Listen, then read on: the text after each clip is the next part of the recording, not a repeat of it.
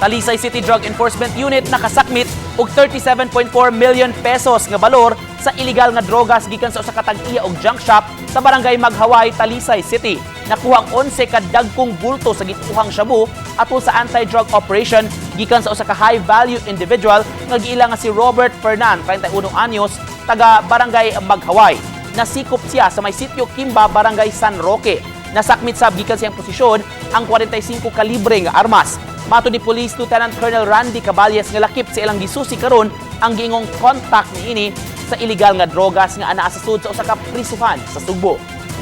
Mo na nga thankful ta nga kini siya nga item before ni siya ma-distribute sa gawas ato nang na-recover.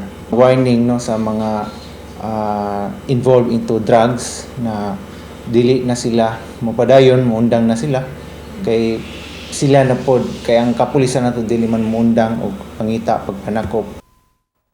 Samtang sa Mandaue City, kapin sa 6 milyones peso sab nga kantidad sa gidudahang shabu ang nasakmit atol sa buy-bust operation nga gihimo sa Mandaue City Police.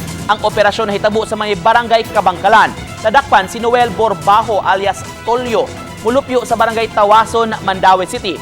Kahidumduman, ang baong barangay na deklarar na kaniadtong usa ka drug-cleared barangay. Atol sa operasyon nasakmit ang 1,000 grams sa gituhang shabu nga gibanabanang bubalor og 6.8 million pesos.